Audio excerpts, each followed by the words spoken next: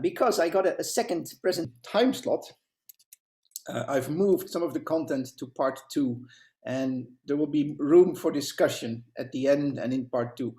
Let me just double check. Does anybody know if Sergio Roastman is okay? Because I know he canceled, and that's why I had to fill up 2 hours.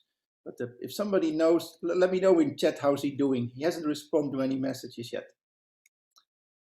So off we go. Partitioning. So why would you do partitioning? Well, there are 2 reasons. A partition is when you split one table into many small tables. I can think of 2 reasons why you do that. First, maybe you want to avoid redo. You want to have less redo log, you want to have less archive data, and a better performing standby or a better up-to-date standby database. This is the very simple thing you can do with partitioning, and I'll demonstrate that. The other reason why you would use partitioning is, of course, to scan less data, so make your queries more efficient. You have to search through less of your table to come up with a proper result. Keep those 2 in mind. If you do partitioning with any of those 2 and for any of those 2 reasons, you're fine. If you have other reasons, like you want to put it on your resume, you want to show it to your boss, or you want to have the kickback from Oracle for the referral fee, that's fine as well. But technically, I think you need to be limited to those 2. There is a lot more, and I would love to go into that, but for 2 reasons. 1, I never had the time, and 2, a lot of this I haven't really used in anywhere myself. But for example, you can compress partitions. You can put partitions on read-only storage. You can, and I think this is very nice, you can index only part of your partitions, but not all of them. So your most modified partition can have light indexing, and your searching partitions can be compressed and indexed to death, if you like. Ref partitioning is really nice, and coincident or not, when I first did this presentation, an old colleague came back and said, "You need to do that for my boss." And I did, and that's where part 2 of the presentation came from. They wanted to use ref partitioning, and they ran into the quirks, so we looked into that. You can do hybrid partition nowadays. You can have external tables. That, I think, has a real wow factor, because it means you can add comma-separated text files to your tables as if they were part of the table. I've never used it in anger, but I think it has good promise. There is a lot, and maybe, you know, if people ask or if customers want, at some point I'd like to do a couple of presentations on this as well. So here we go. Let me demonstrate the conventional table. Most of you will know this, but I'm starting from basics. You have a table and an index. In the table, the records are sort of randomly spread out. You don't know where record number 1 is. Could be on the top, could be on the bottom, could be halfway. You don't know where record number 2 is located. Could be top, could be bottom, could be anywhere. So this is why you have an index. You take the numbers, order them, and use that ordered list as an index to the table. So the top of the index points to record number 1. The bottom of the index points to record number 4 in this case. If you have a partition table, you've got still 1 large table, but you've got smaller parts, the partitions. The first partition contains everything starting with 1. The second partition contains everything starting with 2. The third partition, the fourth partition, etc. And here we have local indexes. You'll see that this index only covers the first partition of the table. So everything that starts with a 1 is in this partition and is indexed by this local index. Points to each other, they point to each other. All the entrants starting with 2, the records starting with 2, are in the second partition and are indexed by a local partition. And so I've got smaller pieces of my table. Each partition has a known content, and the whole thing still looks as one table to you and me, and we can query from the table. Underwater, Oracle has to visit all the partitions. And in this particular drawing, I've drawn local indexes. Every partition of the index is only connected to one partition of the table. There you go. Now, what if you don't make local indexes? What if I want a global index? And I can need a global index if I have, for example, a status field where my status active is yes. I can put those fields in an index, all the n's and the y's at the end of the index. And then if I want to search for something, I have this global index. It points to every partition in the table. So it is connected to all the partitions. This is the advantage and this is the problem at the same time. Because any partition here is linked to the complete index, and the complete index is linked to all the partitions. This is going to be an obstacle if we want to move partitions around. So what happens? We want to do less redo. We want a more efficient log writer and less archive data. So we're going to drop partitions. We're going to move partitions around. Every insert, update, and delete is always work. And insert, update, delete generate undo and redo. In Postgres, they generate wall, write, ahead, log. Wall is very comparable to redo. And redo in an Oracle and in a Postgres database, redo has to be or can be archived and can be used to run your standby database. Having less redo is a significant advantage, and not having to process redo means you can do something really fast, for example. Everybody knows that a delete takes time and a drop or a truncate is much faster. Now, truncating a table is a snap and deleting a table can be an hour. And this is where you can drop partitions. This is what you do by dropping a partition. You effectively drop part of the table and it happens in a snap. You can delete large chunk of data with no effort. However, you can only do that if your partitioning suits that drop. So if you know that all the data you need to delete is exactly in one partition, you can drop that partition or you can exchange it as a table. Exchange is very similar to drop, but you keep the data somewhere, you can still use it. So how does that work? Well, you type alt table, drop partition, click. What happens is this partition will disappear and its indexes will disappear with it. The local indexes can disappear with it. There is no connection from the other indexes to the first partition, so I'm fine. And what happens if I have a global index and I've got all my linked connections here? I type my statement, I drop my partition, it's gone, and here is the problem. This part of the index points to nothing, becomes unusable. This part of the index points to nothing, becomes unusable. Actually, my whole index becomes unusable, and queries that need this index will either fail or throw an error or take a lot of time. And this is the problem with global indexes. This is where I think 8 out of 10 systems I've seen doing partition went wrong. The problem was always the global indexing. And I've seen less than 15, but maybe 10 partition systems. There were only 2 of them that were a good success. The others were saved by the fact that they didn't have that much data and they had a lot of hardware and they could afford to wait. So if you really want to do partitioning good, you have to, in my opinion, avoid global indexes. And this is what the rest of the presentation will stress and repeat again and again. Demo time. Now, of course, I have to risk my balls and do a demo. Creating a table, creating a similar table, partitioned. So I've got 2 tables, a conventional one, partitioned one. I'll delete and I'll show that generates redo. I will delete from the partition table and I still get all the redo. I then drop a partition and I hope I can show you that that is much more efficient. Let's have a look. Now, this is where I verify how readable is my font, because this is where the demo starts. Can somebody sort of read out the word that I've highlighted here? Does that work? History, it's fine. Thank you. And then there we go. So I've created a partition table and the main field we need to look for is ID. It's partitioned by range on ID, and I'm using interval partition, so it can generate partitions automatically if I want that. There you go.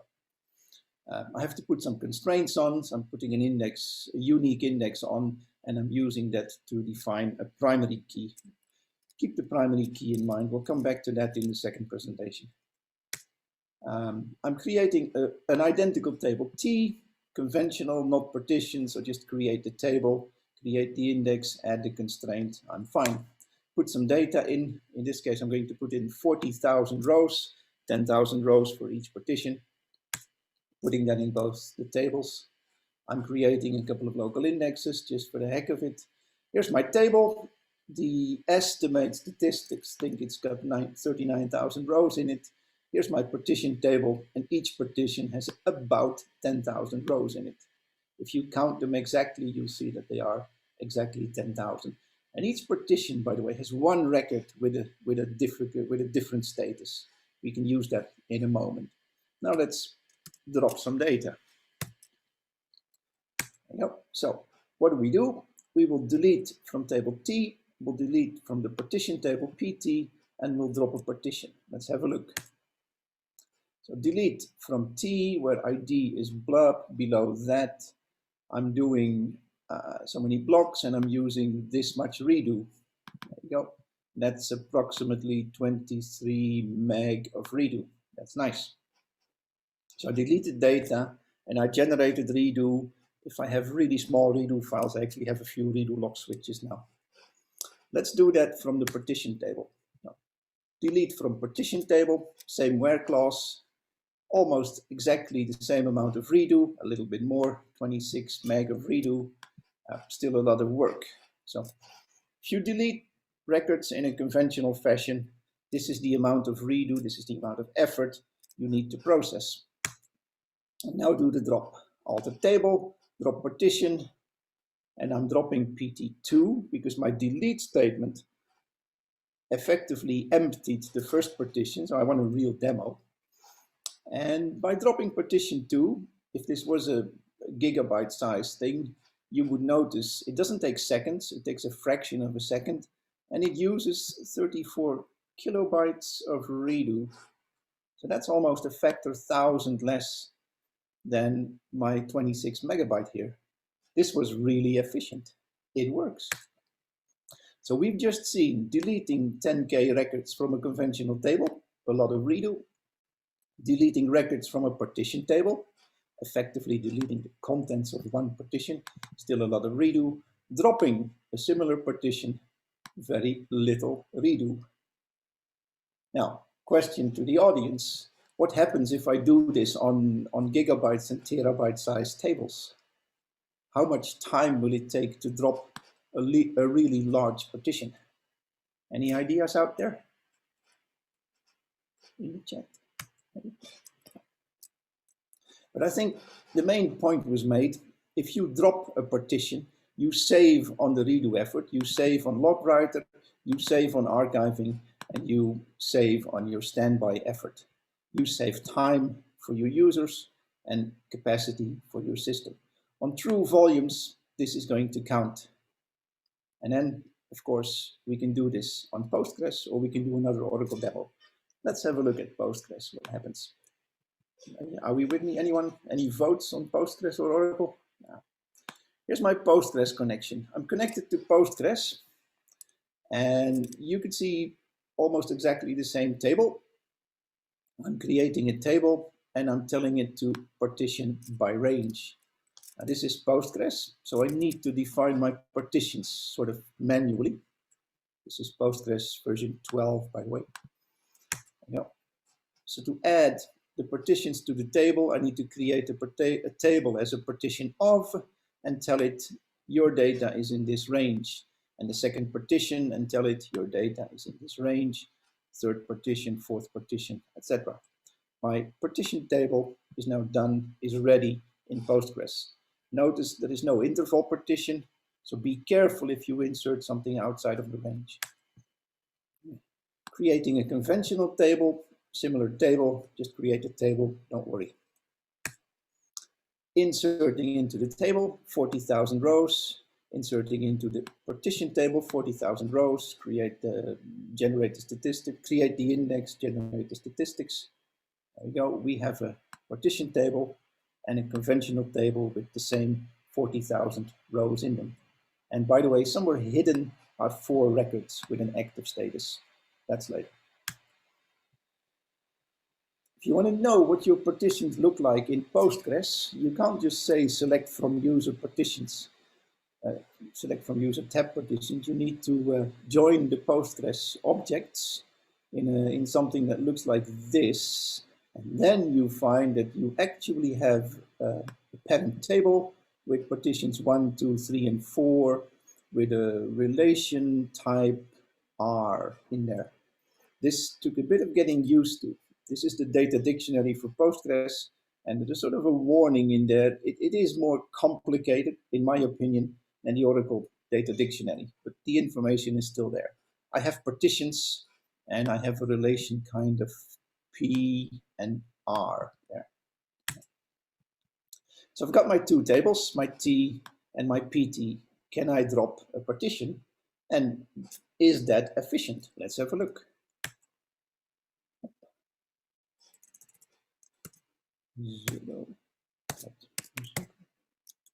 Notice the Postgres equivalent of the @ sign is the /include and then the script name, and it has to be the full script name. It doesn't assume SQL at the end of the script here. So what are we going to do? We will delete from T, we will delete from partition table, and we will drop a partition and see if we can measure the difference. Now I hope it works. If I delete from table T, I delete my 10,000 records, that's fine, and I generate 500K of redo. I delete from partition table, the same 10,000 records, and I generate about that much redo, double, a little bit more, and it tends to vary in Postgres. The numbers are not always exactly identical. And then I drop my partition, so here we go. I'm dropping table PT2, and I know PT2 is the second partition of my PT table. Drop table, that only generates 5,000 bytes. That's significantly less than the 500K or the 1 meg here. So yes, I drop my partition and I check the generated redo, the generated write ahead log, and it is significantly less. This thing works. And like many things in Postgres, they work fairly similar to Oracle. And the main point is, of course, if I drop a partition in Postgres, like in Oracle, I save on effort. I actually copied the whole thing from the Oracle script. And in the Postgres case, this means I generate a lot less write ahead log. I generate less log files. Sounds familiar, right? So that was to demonstrate that partitioning in Postgres to a point works the same and gives you the same benefit as it does in Oracle. Let's go back to the PowerPoint. Pete, there is a question if you want to check the Q&A, maybe, yeah, or do you want to do it at the end? I'll probably keep most of them to the end, but I'll have a look. Okay. So. Matjas, which is faster in a non-partition table with lots of data already exists. Directly deleting data. In a non-partition table, you can, in this case, you should probably delete it because modifying a table from a non-partition to partition requires a DBMS redefinition, and that's going to take you a preparation and a lot of time in both cases. So if you want more on that, we can do that in the Q&A session later on. Let me see if I can go back to, okay. So that was the first part of the demo. I created my partitions and I show you that dropping a partition can be an efficient operation. Let's see if it works. Oops. My screen is messing up a little. Yeah, there you go. But what happens if I have that global index? Let's have a look at that in Oracle. The whole clue is Postgres doesn't have global indexes yet. So here we go. In Oracle, I'm resetting my partitions just to have a good demo.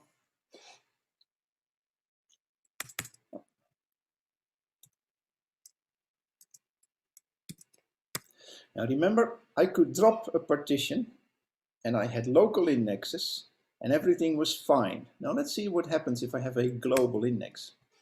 What we do is we'll drop a partition, first with a global index and then with a local index, and see if we can demonstrate the difference. We create a global index and we are ready to drop the partition. There you go. If I drop a partition from PT, drop the first partition, I alter my table, suddenly my global index is unusable. And this is going to give me errors. That's not good. That index needs rebuilding, and I'm rebuilding it inside the session here just to generate the redo. Now I'm doing the alter index rebuild. I'm forcing the maintenance to do it straight away. You can wait for the background process to do it as well, but while that background process kicks in, your index is unusable. So you might as well do it yourself or specify update global indexes in the statement. So I dropped that partition, I dropped my 10K rows, I rebuilt the index, and that took me 236 kilobytes of redo, which is sort of okay. It's not it's half of what it was when I dropped the whole partition, but it's still a lot of redo. So what can I do? I'm creating a local index, drop the global index. I'm creating the index as local, so keyword local, same index, keyword local. Replace the global index with a local index, ready to drop. I can drop that partition. In this case, I picked partition 3 because partition 1 is already dropped. And lo and behold, my remaining parts of the index remain usable. So I don't have any errors here, and this operation is really fast. My redo size is a fraction. It's 33 versus about 250. So that's about 10% of what it used to be. So you've seen the effect of global versus local index on when you do a partition operation. A global index, your index becomes unusable when you drop the partition and you generate a lot of redo. On a local index, your index remains usable and you generate a lot less redo. So what would happen if those partitions were gigabytes or terabytes in size? You would probably have to wait a much longer time or have an unusable index for a significant window of time. And some of your homework could be find out there is a background process since Oracle 18, I think, that does that for you. And how would that work? And how long would it take to rebuild? And the main point, of course, is avoid global indexes. I mean, unless you've already you've learned your lesson by now, you could move to the other session, to the other room if you like. One of my messages will be, please avoid global indexes, because on real volumes, this is going to count and you're going to sit there waiting for hours or longer for your index to rebuild. Now, mind you, Oracle is really working. Oracle knows this, they're working on it, and we get improvements with every version. More on that later. Back to PowerPoint. This one, by the way, I don't even have to do with Postgres because Postgres doesn't have global indexes. And when they discuss this in one of the Postgres meetings, there is a voting thing which says who wants their global index to be this, that, and the other, and who wants their global index to be geeky in another way. And then I sort of try to raise my hand and say, you know, can I vote for not having global indexes at all? And everyone looks like, why? I think I know. Back to PowerPoint. That was the first part of the demo and the session. We've shown that partitions can save you on redo. Let's skip to the second advantage. How can I make my query go faster? This is what everybody really wants. You know, we want to have fast queries. We got no time. So how can I scan less data, less blocks, just process less data, do less I/O, and consume less cache on doing my heavy queries? Typical use case would be to aggregate over one or very few partitions, things like quarter summary, daily totals, that sort of thing. And what I need to warn you for is the anti-pattern. If you have a query that is going to visit all partitions, you loop over all partitions, you're doing something wrong and it will hurt you. Let me show you how. So I got my table, I got my records in there, and my data is all over. I need to do a sum of an amount. For example, in a range and a group by, I'll probably get a full table scan for that. So I would get this complete table scan. Now, what if my data is in partitions? And if we know where to look for our data, then it's still a full table scan, but it will be a scan on just one partition. And this is a design thing. You have to know your data and you have to control your SQL. You can apply partitioning successfully, and I'll repeat this about 7 times, if you can design your system, if you know your data, and if you control your SQL. You'll do a full scan on just this partition, and that's about 25% of what you used to do. Demo time again, table and partition table. Select a sum over a range, or pick a nice range, rig the demo so that it uses exactly one partition. You want to have your demo to be proper. Let's have a look. Demo sum. And first I reinitialize my data. It works best on clean data. And I do my sum, right? The script is demo, demo sum. There you go. What we'll do is we'll aggregate some of the data on table T and on partition table PT. Normally, the data we look for would be in a single or in a very few number of partitions. Let's hit the query. Select count and sum over a range. And here we go. And I've chosen my range, of course, sort of conveniently. I end up with one record. The sum is this number.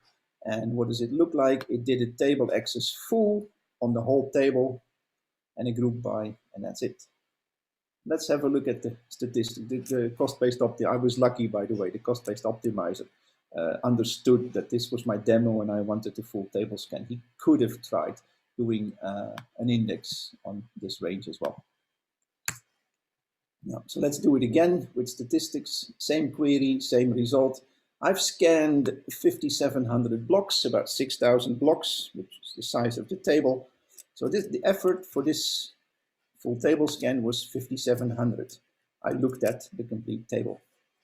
Let's do it on the partition table, see what happens. Select, same query, but from the partition table, same range, etc., same results. Here is my table access, full, but on partition, and only on partition 2. It starts at partition 2 and it stops at partition 2. That's a good sign. Actually, the next line tells you that, yes, I've done a partition range single. And there's only the same number here. Start and stop are the same partition. All this data is in one partition. I know where the data is. And the cost-based optimizer knows where the data is. It's in the second partition. That's good. So it knows that it only needs one specific partition. Can anyone guess how much block IO, how much consistent gets this would get me? The previous one was about 6,000. So how much would this be? No? Yeah, I see you sleeping. Okay. All right, let's do the query with statistics. Same query, same result. I'm picking up 1,400 blocks. That is about 25% of what it was on the full table scan. So the number of blocks scanned is comparably less. And if you have a table with, say, 1,000 partitions and you only scan one, then you're using just 1/1000th of the blocks of your total table. So this is going to count on large volumes and large numbers of partition. Also notice, I didn't touch any index on this one.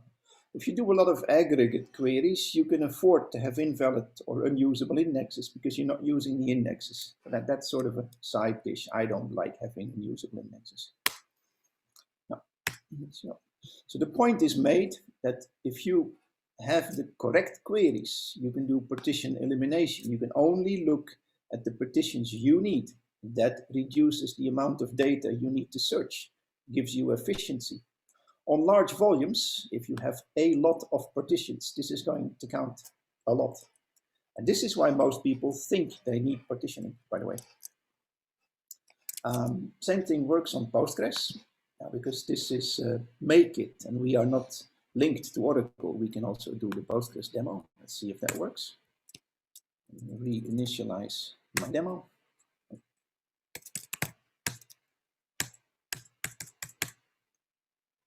Creating 2 fresh tables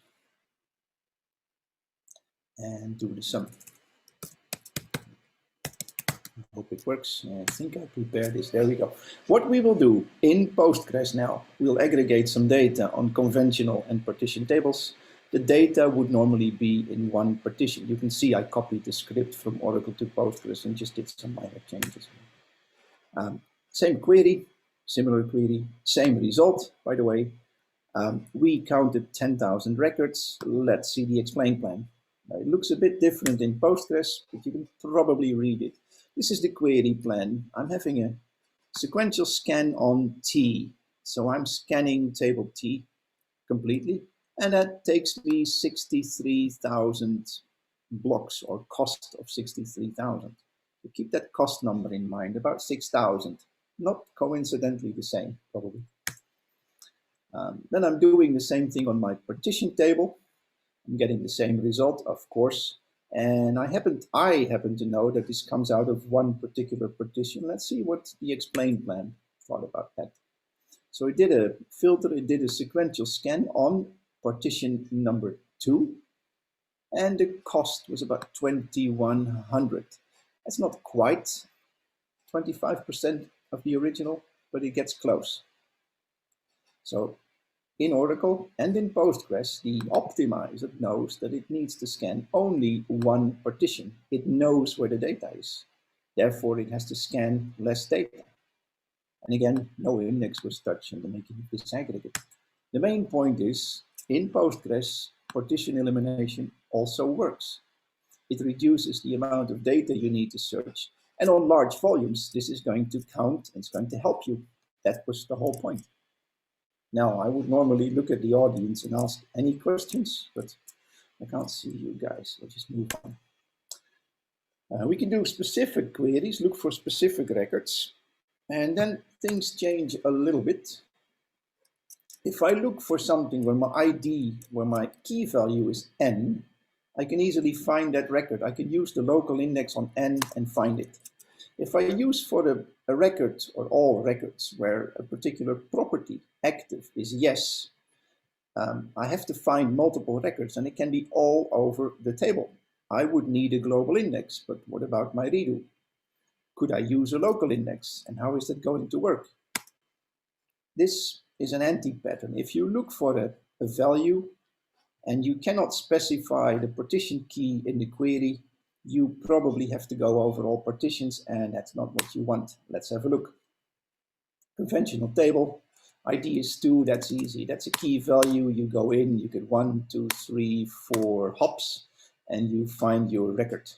You can stop searching because you know it's a unique value. You only got 1. That's easy. If you do that on a property, for example, you look for the fields where active is yes. You want all the records that are active, and I happen to know there are 4 in this table. You've got your index on the yes, on the no, and the y value. You go in, you find the y range, and you can point to the records concerned. You need about 3 jumps to get to the y, and another 4 jumps to get out to pick up the 4 records. You probably need 7 block gets for this. You get the partition table, you look for the ID 1, you know where to go, because ID is 1, has to be in the first partition, and there is a local index on the ID, so I get about 3 or 4 jumps, and I'm in my table, I got my record, and I'm fine. The cost-based optimizer knows, in this case, you only need to look at 1 partition, therefore you only need to look at 1 local index. Efficient. But this is a different beast. I'm looking for all records where active is Y. I can use a global index here, and I can go to the part of the index where my y's are, and I know there are 4, I got 4 jumps. In this case, I'll end up with 7 jumps, find my records, and I'm good. I didn't want a global index. I made a local index. So each partition has a small local index with all the y's and the n's in that partition. And there are 4 of those in my case. So looking for active is yes. I start at my first partition, I go to the index, I find my yes entries and I pick them up from the table. That's 4 block gets, probably 3 or 4. I need to do that for each partition. So I'm going to get busy scanning through each of those local indexes, looking for my Ys and jumping to my table. If I have like 3 or 7 years of data with 365 records in every year, I'm doing 2,500 of those activities. I'm beginning to burn a lot of effort to pick up a few records only. So demo time. Partition table, select something where active is yes, and then compare global and local index. Let's have a look. Part 1. And do that on Oracle first. Reset my demo. I don't need to. And it's called part 1. Okay, so what am I going to do? I'm going to compare a global and a local index to pinpoint a small range of data. I get a global index on the field called active, global, so one big triangular index. And I pick up my active records. There are 4. Exactly 4 record, 1 in each partition actually. And so I can do an index range scan, pick up my 4 records, and someone can predict me more or less that this will be about 7 block gets. Let's have a look. Same query, auto trace on, same 4 records. Yep, 7 block gets. You can sort of recall from the diagram. 3 jumps through the index and 4 jumps in the table. That's fine, this works. Now I'm doing the same thing. I drop the index, I create a local index on the same field. Keyword local, gather statistics, otherwise it doesn't work. Do my query, pick up my same 4 records. This is what the explain plan looks like. I'm doing a range scan on my local index, and I need to do that from the start partition to the end partition. There are a maximum of 1 million partitions in each table. So I'm having a table access by row ID, and I need to do that for all partitions. And this is what's going to make it expensive. Because if I have a lot of partitions, I'll be looping through them, and I have to loop maybe through 2,500 partitions before I know I've got all my records. And this is where local indexes will hurt you. What kind of effort? Let's have a look at the statistics for that. I'm doing my same query. I pick up my same 4 records, and I've done 12 consistent gets, probably 3 for each partition. So this is where an index range scan plus the jump into the table for each partition is never a good sign. So what is the point? A local index can lead you to a lot of that sort of looping. A global index in this case would have been more efficient. But do I want a global index? The consequences become clear that if you really want to ban global indexes, then all your SQL should always be limited to 1 or few partitions. I cannot stress this enough. All of your SQL needs to be controlled. All of your SQL has to have some sort of partition key or limiting clause in it. And this means you need to work on the design. You know, the message is this simple. You can use partitioning if you know what kind of queries and what kind of data use you're going to have. There you go. So in summary, and I think I'm sort of on time on this one, I'm now picking up the clock from the customer wall and telling the customer what time it is. It's about 10:38. So partitioning, you can use it, but you have to do that from your design onwards. You can generate a lot less redo if you don't have global indexes. And you can get really fast SQL queries on small partitions if you know what partition key to look for. The typical use cases here are, and we are not limited to cloud. This is a bit of a joke to Oracle, by the way, but if I put cloud in a PowerPoint, I get extra Oracle bonus points. Cloud. Okay, so you can tell that this was a cloud presentation. No, serious. The useful cases are if you have something like a time series or audit data. Audit data is probably ideal for this kind of partitioning, because audit data you either offload or drop after a couple of years, and you can drop the partition and your data is gone. Typical use case would be if you have fast-moving data coming in and out. If you process data literally through your systems, messages coming in need to be processed and after 4 months can be deleted. Typically, if you do batch deletions, you can consider using partitioning and do drop partitions. Another case that you'll come across is list partitioning. It's very similar to range, except that you explicitly define what record goes where. It's very similar to sharding, and we can discuss this in the second session if you like. I've seen a few cases of list partitioning, and I know it can work. It doesn't always work because people keep creating global indexes. So the main message is you need to know and you need to control your application. Design. And then you'll get my go-ahead. What you need to avoid, you know this by now, avoid global indexes, avoid looping over your partitions.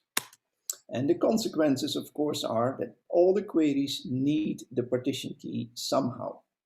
This is a major implication, because people will say, oh, I need to partition on date, but I also need my unique index. How can I combine that? And the answer is you can't unless you do something tricky.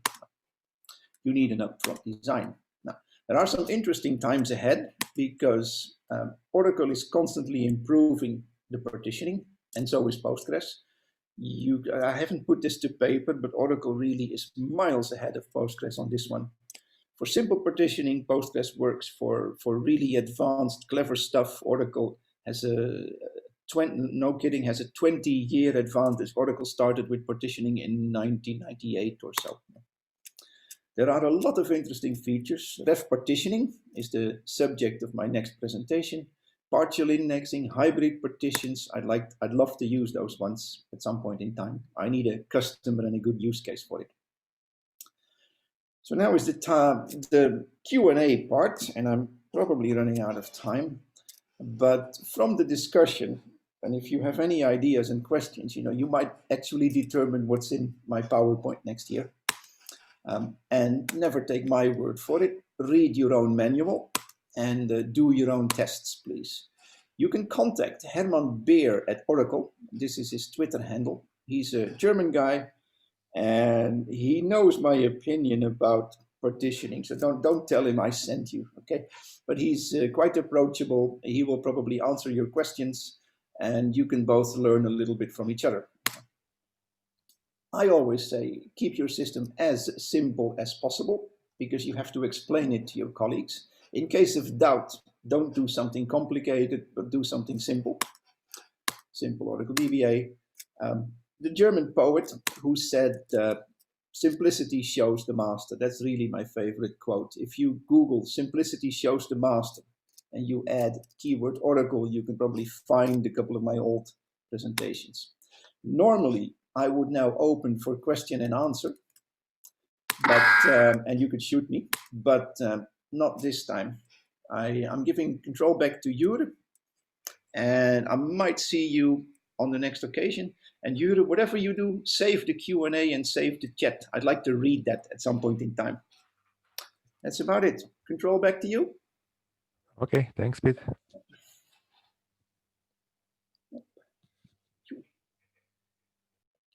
Yeah, there you go.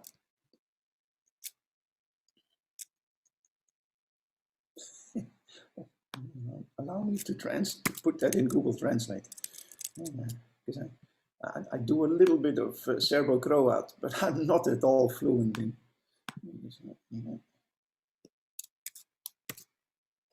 Is partition in order? Yes, it's a paid feature. Yeah. We'll come to that.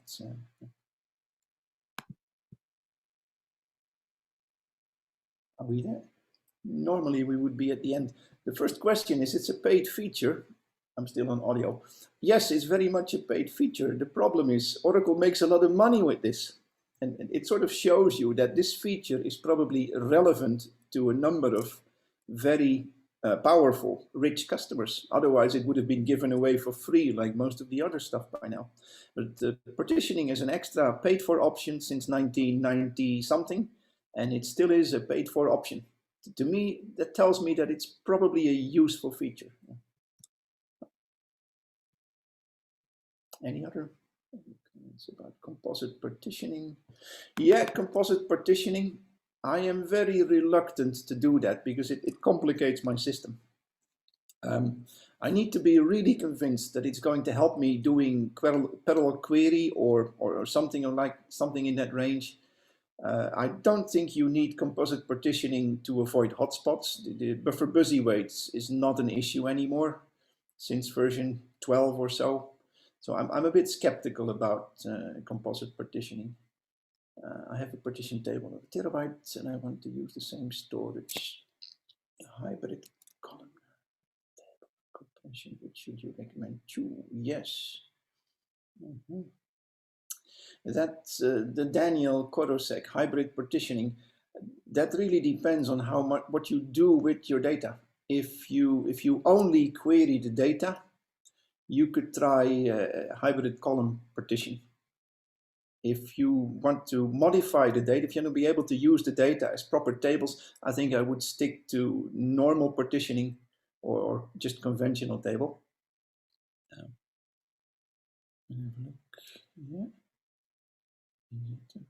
I'm currently on the hybrid one. Hang on.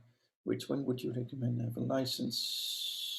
If you don't have the license, I would try to, well, depends on how much money your boss wants to spend and whether you get a kickback from the Oracle sales if you cause the additional spending. No, I'm not cynical. Even better, what do you think about compression? Of course, if you partition your table, you can compress the old partitions. That is almost evident. Yeah. And the compression will have a performance impact only on those queries where you scan the complete partition, because scanning a compressed partition will be faster than scanning an uncompressed partition. So, yeah. And I might as well do it. So Daniel, is that sort of, get back to me if it's not enough. Marco, is it okay, global index for primary key for references query, partition key for city? Yes. Yes, if you don't drop the partition, you can afford a global index. You understood that. I think you understood that by now. If you want to keep your partitions forever, you might as well put a global index on the table. Yeah. Does that cover the list, sort of? Guys, you need a break and I need a break because the next session is at 10, correct? Jure, over to you. Yeah, so if you want, do you want to continue after the break or? Well, I think the idea was that because Sergey is out somewhere, yeah, we take a small break and I do part 2 of my, or the tail part of my presentation in the second, in the space of Sergey. If anybody knows what's happening to Sergey, by the way, let me know in the chat or in the questions, because I've met Sergey a lot. I think I meet Abacus once or twice per year when I cross through the Balkan. I often have a coffee at Abacus and I use their offices for Wi-Fi. So I'm really curious how they're doing. Anyone know what's happening to Sergey? No, unfortunately not. Okay. Yeah, I'm going to get myself on mute, get me a coffee, and I think the next one is at 10. Okay, so you mean at 11? 11, yeah, because after the break, we'll do the Q&As. I'll show you a couple of tricks and we can have a discussion time. Okay, so we have a 10-minute break. It's okay for you? Yeah, please. Okay, perfect. I'll be back. See you in 10 minutes. Yeah.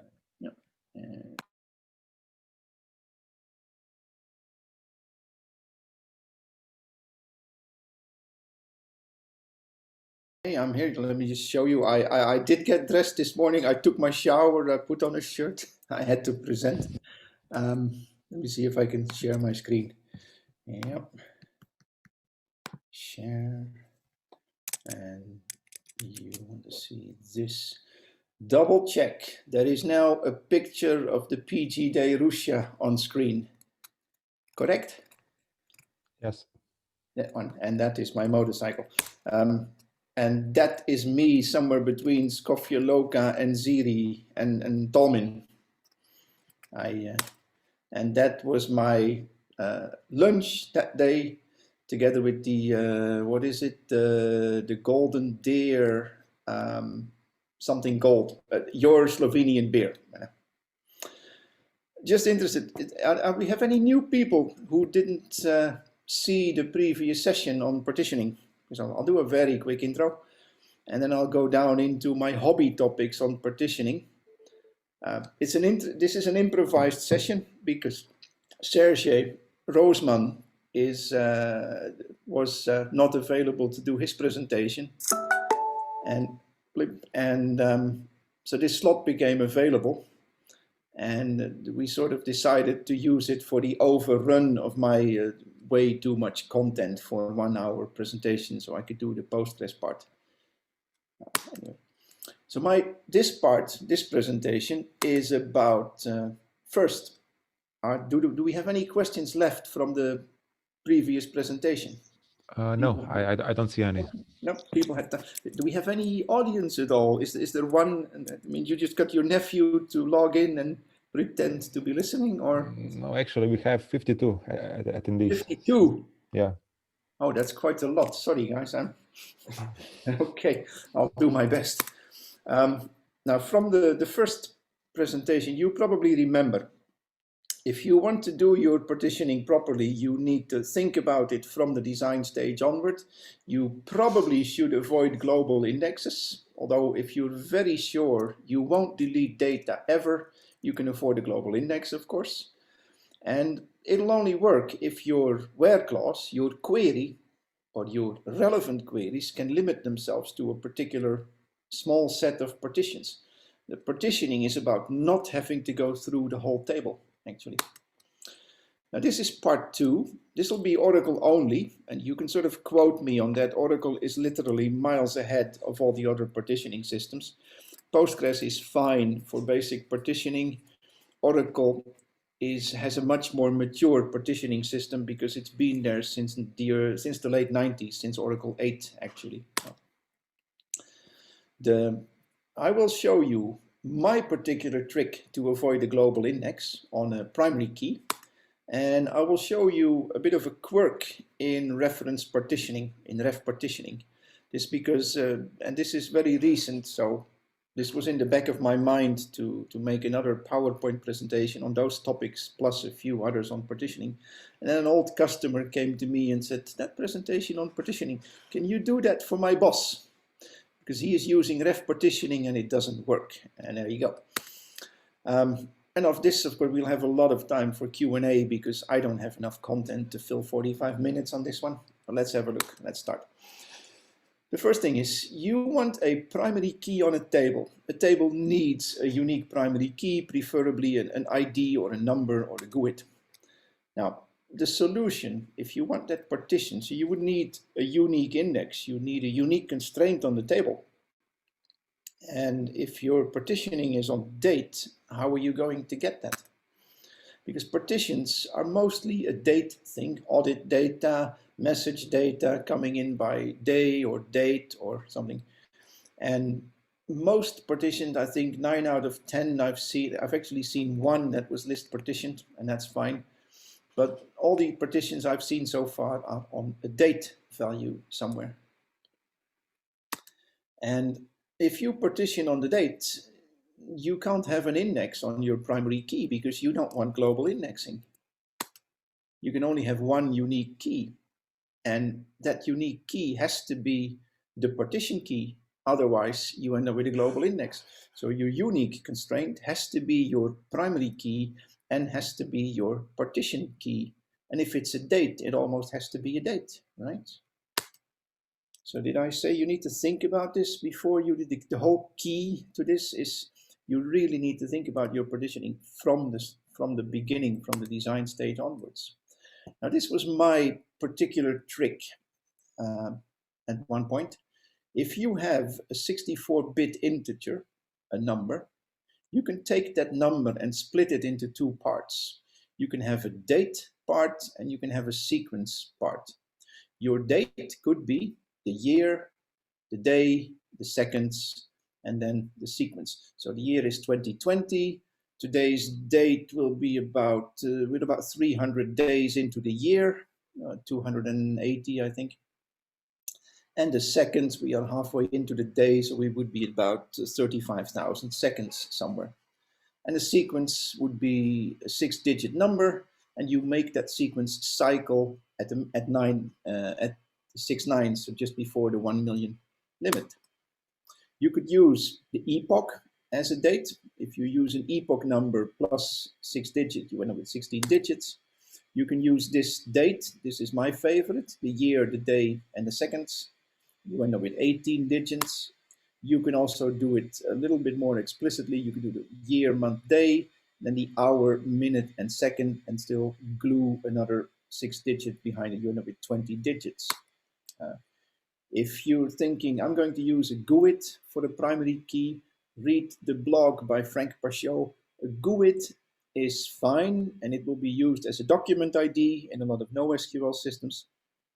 But a GUID tends to take up 32 bytes of data, and a GUID can really only be used for equal searches. You cannot range search on a GUID, so you always need secondary index. You always end up with global indexes if your primary key is a GUID. So here's the demo. Let's see. I hope it works, actually. The demo part is a very simple demo. The demo part PK, is it? Demo part PK, yeah. So let's see if my trick, if I can explain my trick for primary keys on a partition table. I'm going to use the date plus a sequence as a primary key field. There you go. I'm creating my sequence, and I make that max value 900, just 1 million minus 1, and I make the sequence do a cycle when it gets to the max. Creating a table, just for testing. The ID, I make that, I give it 25 digit space, so I can always insert my number there. And I'm crafting a select statement, just a demo. Today is 2020. We are in the 287th day of the year, and we are about 40,000 seconds into the day. So this is my Y, my D, and my S. My sequence, if I do next fall from sequence, will go 4, 5, 6, 7, 8, 9, and it will cycle and start at 0 again. If I glue this together, I end up with a number like this. And this is going to be my primary key. And if I take this as primary key, there is a range value here that I can use to say, I just want to look at today, or I just want to look at the last 30 days of my data. So pick up 30 partitions maybe. I insert that into the table, and I would end up with a digit like this. That's not 20, it's 20 digits, but the actual size in the table is only 10 bytes. The V size is 10. So that huge number is still only 10 bytes to store. And your homework or your discussion item is actually, how many objections can you think of for using this as your primary key? Because I realize this is probably not best practice. So that was the trick. You take the 2-part key, you glue it together, year, date, seconds, and the number, and you do interval partitioning on that number. Oracle will create the partitions automatically. This is the good thing of working with Oracle. It will do this in the background automatically if you choose interval partitioning. And all your queries, all your SQL, and I mean every query, every select, every update, every delete, will need to do something where it says ID is bigger than the number to date with some date range limit on there. And if you use this kind of construction, you can always limit your queries to 1 or a small number of partitions, and your queries will be efficient. It will work, so to speak. Open for discussion on this one. I sort of expect a large exclamation mark. That is not best practice because. Where's the Q&A window? Anyone? You're monitoring the chat and the Q&A.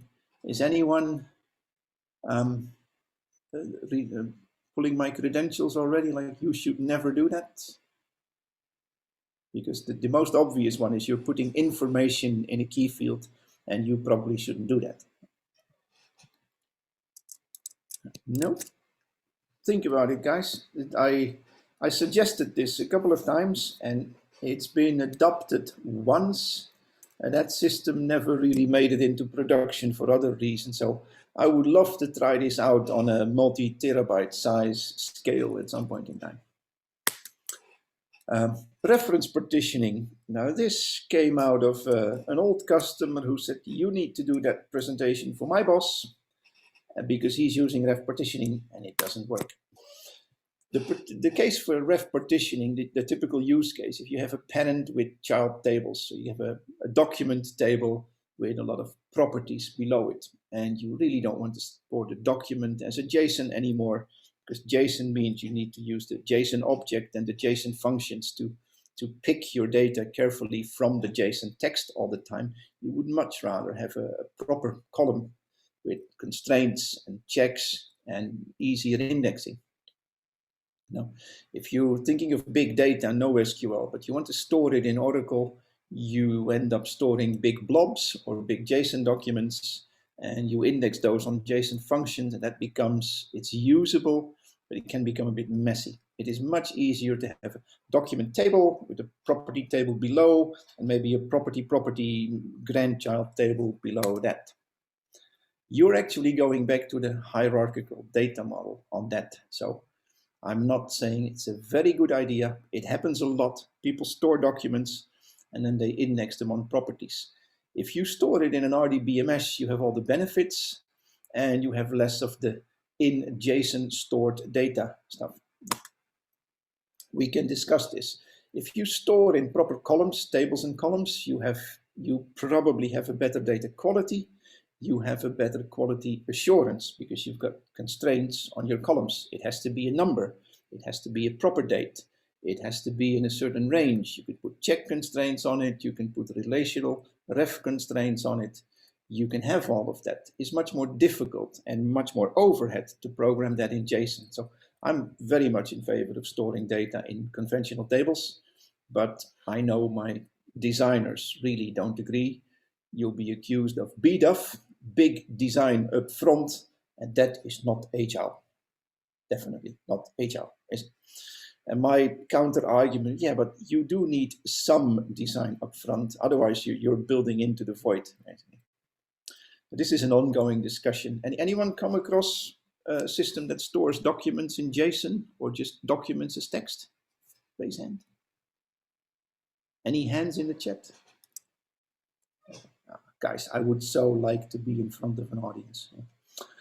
So ref partitioning is, I'm going to show you that with a parent table called mt, a child table called child, and a grandchild table called child. The MMT, you could probably guess this comes out of a utility type thing. Parent table related to the child table related to the grandchild. So the keys are cascaded into the child tables. And we partition that on a range, so we end up with partitions.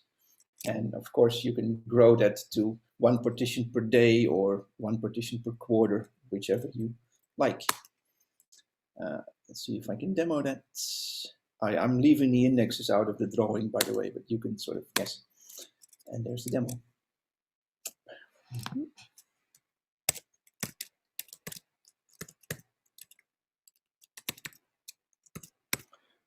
One demo of ref partitioning number 1.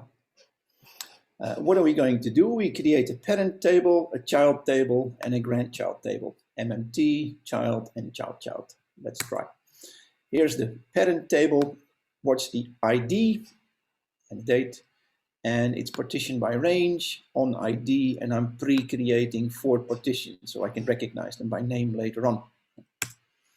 I'm creating my child table. Here's the parent ID in there, the child ID in there, I have a primary key of a composed key of 2 fields, so the parent ID and the child ID, and I'm using my foreign key to reference the parent. I'm partitioning on my foreign key. I'm not partitioning on a field. My reference partition is on the name of the foreign key declared just above. This is why I need to put all my constraint statement inside the table brackets, by the way. So this is my child table, and let's try the grandchild, so the parent and the child. Again, I have the grandparent ID, I have the parent ID, and I have the child ID here. My primary key is now 3 fields, 1, 2, 3. So grandparent, parent, ID. My constraint is a foreign key to the next level up. The primary key of my parent is my grandparent plus my parent, and I'm partitioning by reference based on that constraint. There we go. I'm inserting some data. I'm just using the Oracle dictionaries to create, I'm picking up some usernames and put them in the parents. I'm picking up some table names, some object names, some table names, and put them in the children. I get 1700 children. And I'm picking up some column names to put in the grandchildren. I end up with 20,000 records there. I've got some data in it now.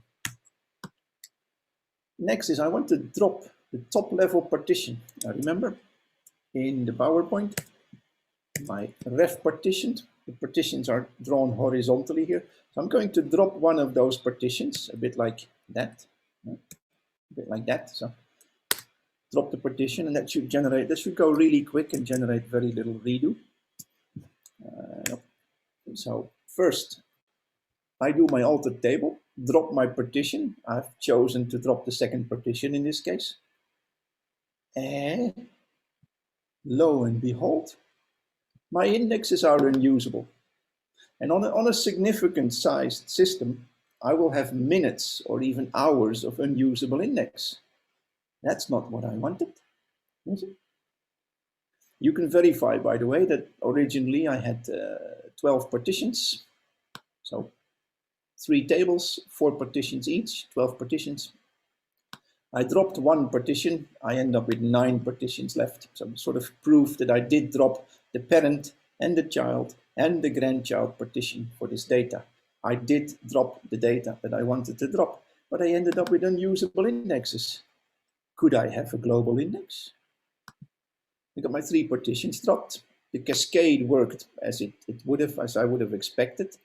I have a problem with the indexes. There's a bit of a caveat. The main point is you can drop the top level partition and all the dependents will go with it. And you can have 20 or more dependents as much as you want, I think. But what about those indexes? Have a look. Or I'm going to skip to the demo straight away. Let's do demo 2.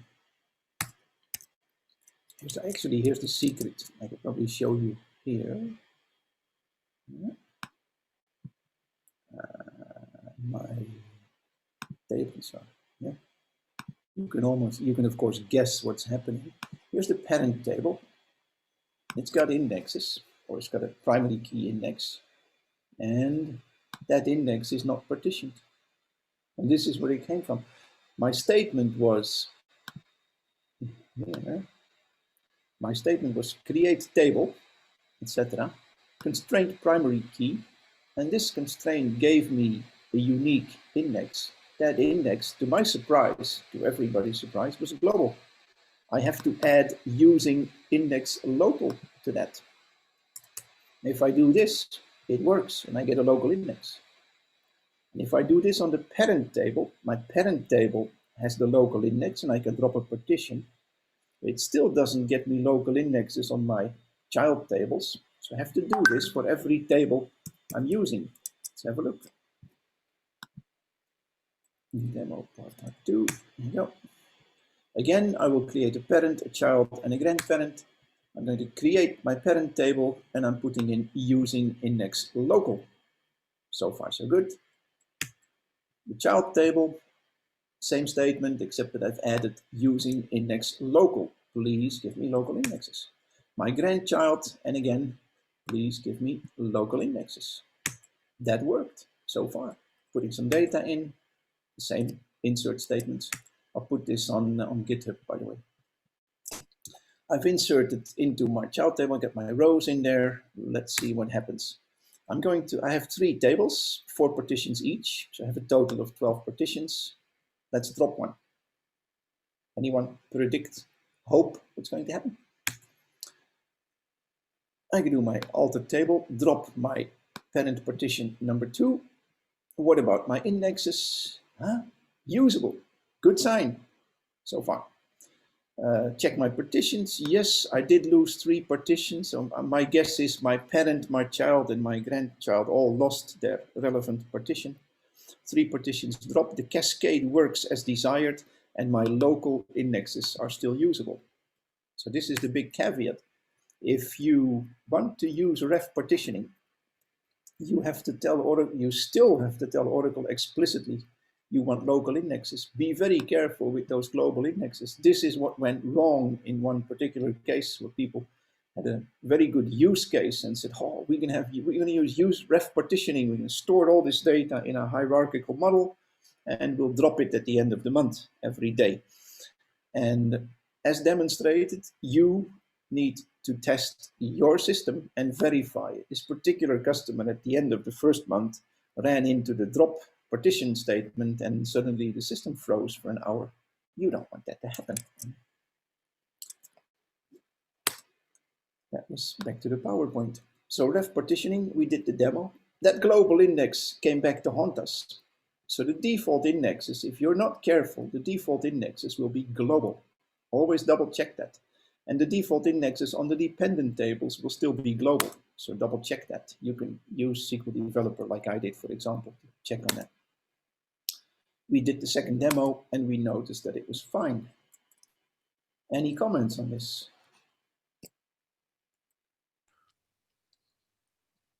So far, I don't see any questions. There was only one sort of not question. Maybe if you can check it. I got it. A suggestion, maybe. Yeah. I got it. Yes, definitely. If you do that, you will have to either wait for the update indexes to complete, or you will still end up with minutes or seconds of an invalid and unusable global index. But you are correct. This came in, I think, in Oracle 12, and it is the beginning of the fix for the global indexes. There is hope that in later versions, we can actually tolerate an unusable index or tolerate the fact that part of the data is missing. But we're not quite there yet. And the main message is, 1, read the manual, and 2, test your particular situation. And the systems, 8 out of 10 systems that I know, the hardware vendor sold so much hardware to the customer that they can just afford to drop the partition and tolerate a couple of errors, and it comes back within minutes and everything is fine. If you have serious telco-style data with terabytes per day, you probably cannot afford to rebuild those indexes. That's the point. Is that any more? Is that too short or? That's it, I guess. Yeah, I mean, there are no more questions. So. Okay. Well, I've always said that my screen share. I always say that there are some interesting times ahead still. Like that question was correct, and the global indexes are improving. If you seriously use partitioning, you can direct message, or you can try to mail Herman Beer, the the product manager at Oracle responsible for partitioning. He's a reasonable guy, and he will probably give you a good neutral answer, and also say something like, "Yep, we're working on that for the next versions." Yeah. Oops, where's my screen? Yeah, there are a couple of interesting new features as well. Partial indexing, I'd love to experiment with that. I think that's a really neat idea, partial indexing. Hybrid partition tables, I was like, wow. And I'm not sure if I would want to use that for critical production tables. I think I'd rather stick with external tables and select from those. I would hesitate in a production system to have a table that is partly real table and partly text file on disk with with a loader script to tell it it's an external table or an external partition. But if you have a use case for that, by all means, try it out, be my guest. I think it's a neat feature, so do it. Yeah. And that is, at the moment, the end of what I can sensibly say about partitioning. If I start talking about other stuff that I've experimented with, I don't have a good demo and I don't have good knowledge to treat the subject, really. So I'm at the end of my PowerPoint, almost. You never have to take my word for all this. You need to test your own case, read the manual and do some testing. You can contact Herman.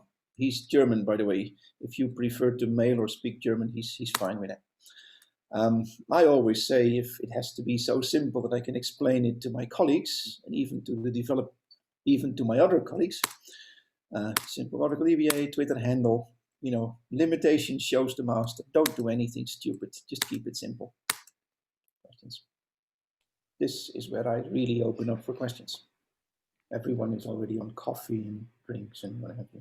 No, we still have 54 attendees, so looks quite okay. I don't see any questions at this time, so maybe, I don't know, if anybody has anything to ask, please do it now. Otherwise, I think we will wrap up.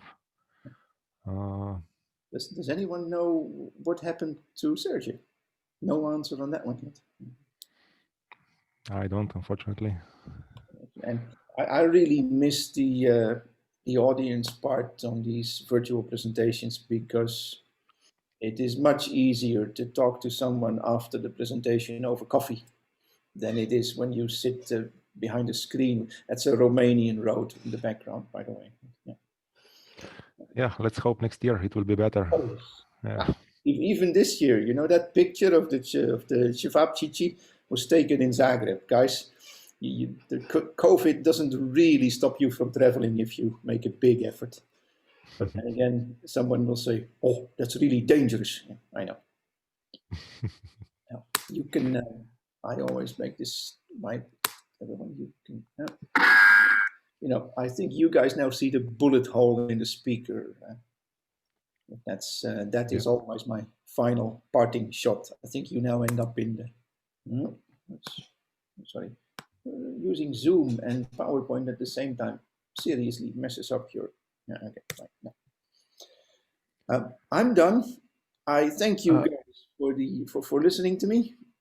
Actually, so we thank you for setting up this second part of the presentation on such a short notice, and we really appreciate it, Piet. So I wanted to do this next year in more detail. Well, with more info. Dejan Kolya, what about how to transform global index to local? Yes, you can. You can use DBMS redefinition if you want that, or you can just drop the index and recreate it. But remember, if you create a local index, the biggest risk is you will start looping over all the partitions of the index. So if you use local indexes, all your queries still need to have some sort of idea to what partition or what limited range of partitions they have to go. And yes, you can transform global indexes to local. I would probably recommend that if you plan on dropping a partition. Does that help? Okay. Yeah, I think. Oh yeah, I got a composite index, a sequence and partition key. Yes, but you would have to put the partition key first to make sure that your index becomes local. Actually, the topic is a little more complicated than that. If you put the sequence as a local index, you can, and you don't put in the partition key, you can no longer define a constraint as unique, because if you define that unique constraint, it would have to use an index that is guaranteed unique in each partition, or it would have to create a global index over the complete table. You can actually end up with two indexes on the same field in that case. Does that help, or does it just create more confusion? Okay, Vala, Molin.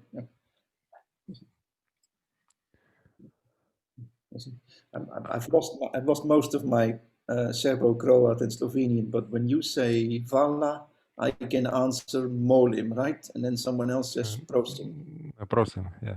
Prosim, yeah. Yeah. I remember Nazdarovnye, and I remember Dobrodosli, Dobrodan. And that's about it, I think. Yeah, you have to stop for a coffee again next year. I know. I will, no problem. I seriously plan on, even in a limited lockdown, I will try to travel through Europe a bit. Yeah. I really miss my trips to places like Bosnia and Serbia, and Nice and Bulgaria, and my at least yearly visits to Kranj and Ljubljana and Novogorica. Yeah, so you know where I am, so anytime if you want, I just know drop by. where I can get coffee in Novogorica. I know. Yeah. Thank you. Yes, thanks for that. Yeah. I don't see any more questions here, so I think we can wrap it up for now. Yep. So thanks again, Piet, and yeah, see you then at 4:20, right? Yes, As for the last presentation. the other presentation on function-based. Yeah, got that. I'll see you Great. then. Good luck with Okay, it. yeah. So next session is in 15 minutes, right? Okay, thanks. Bye, Piet. No problem. Thanks.